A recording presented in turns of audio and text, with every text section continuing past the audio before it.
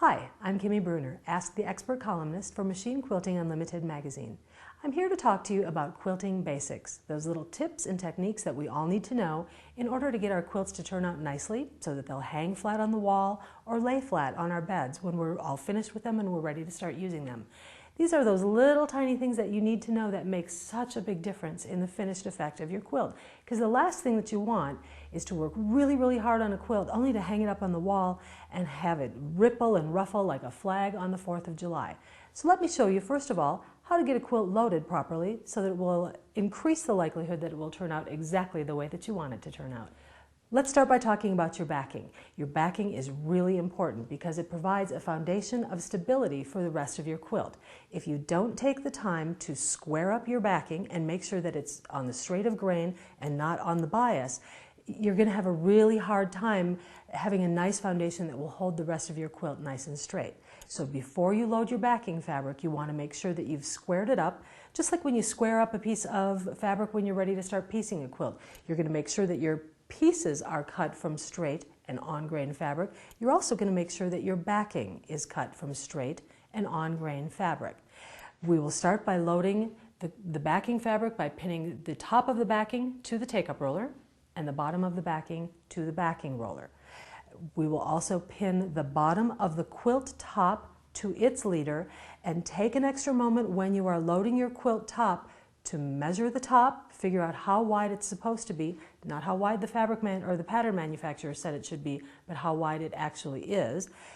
Pin it on at that width and it will set you up for success in keeping that quilt nice and straight all the way through so that you don't end up with a quilt that hourglasses or balloons out in the middle as you start working on it.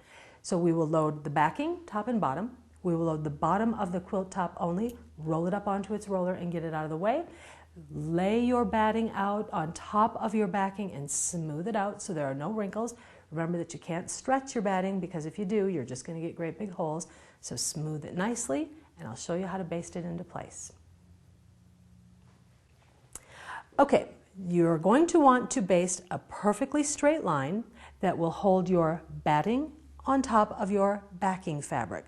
Some machines will come with a horizontal channel lock that will allow you to lock your wheels in place and stitch a perfectly straight line. If your machine does not have a horizontal channel lock, simply roll your machine and your quilt back so that your needle is positioned right up against either your dead bar or your machine is positioned right up against that take-up leader and your backing and batting are right underneath where your needle falls. And that way all you have to do is roll your machine back and forth and you will stitch a perfectly straight line without having a channel lock. The take-up leader or the take-up roller creates a channel lock for you. Okay, you've basted a nice straight line in place. Your batting is now stuck to your backing fabric. You're going to place a pin right in the dead center of that basted line to line up with the center of your leader. Because the quilt that I'm working on is 32.5 inches wide, I'm going to measure out 16 1/4, which is half of 32.5. I'm going to place a pin showing me where my upper left-hand corner should be. I'm going to go back to the center and I'm going to measure out another 16 1/4 inches, placing a pin showing where the top right-hand corner of my quilt should be. Now I have a straight line to pin my quilt to. I have a pin that shows me the center and I have 2 pins that show me the corners of my quilt. Next thing I'm going to do, move all my stuff out of the way. And I'm going to unroll that quilt top that was rolled up onto its leader. I'm going to line up the center of my quilt's top border with that center pin. I'm going to line up my upper left-hand corner with that pin and carefully line up the top of my quilt border with that nice straight line. If I have any fullness that needs to be eased, I'm going to ease it between the center and the corner. I'm not just going to keep brushing that fullness down and then try and ease it all in the last 4 inches. I will ease from corner to center and center to corner. I'll do the same thing on the right side. Line up my corner with that pin, line up the top of the border with my nice straight line, pull these pins out of the way. I'm going to bring my machine over to the top left-hand corner, pull the pin, and I'm going to baste my quilt top in place with a basting line that falls 1/8 of an inch in from the edge of my border. That way this basting line is going to be completely swallowed up in my binding seam allowance, and you're never going to see that I basted it down.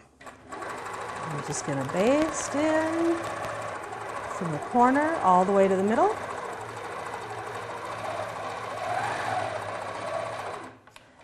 Stop and reposition my hands, fluff the quilt a little bit, make sure everything's still lined up where it needs to be.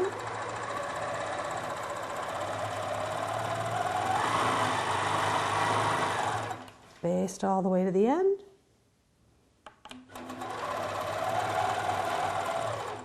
Get that pin out of the way before I run it over. Now my top is basted down. It's right where I want it to be.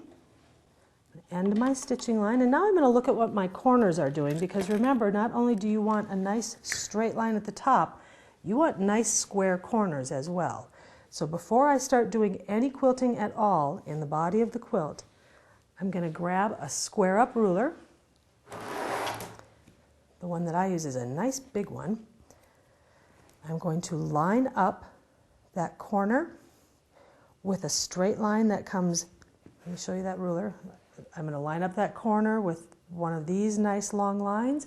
I'm going to line one of these straight lines right along the top. And I'm going to make sure that that corner is at 90 degrees, nice and square, just the way I want it. Bring my machine back over. And before I do any quilting, I'm going to baste this side down. Same thing I did on the top. My basting line will fall 1/8 of an inch in from the edge of my quilt. I'm going to baste it down. Do the same thing on the other side using the same technique.